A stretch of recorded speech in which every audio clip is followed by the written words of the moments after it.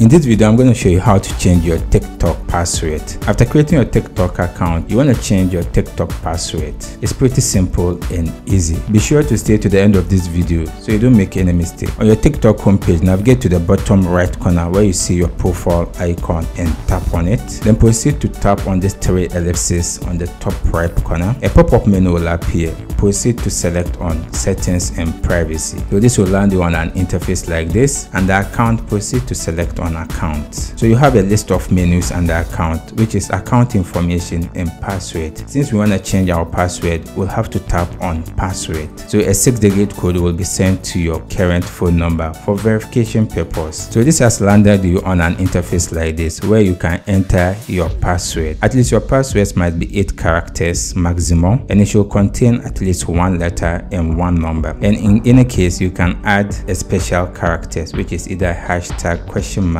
or any other symbol. This helps to strengthen your password. If you have any question, you can leave it in the comment section. I'll do my best to attend to you. If you enjoyed this video, consider to check out our next video. See you in the next video.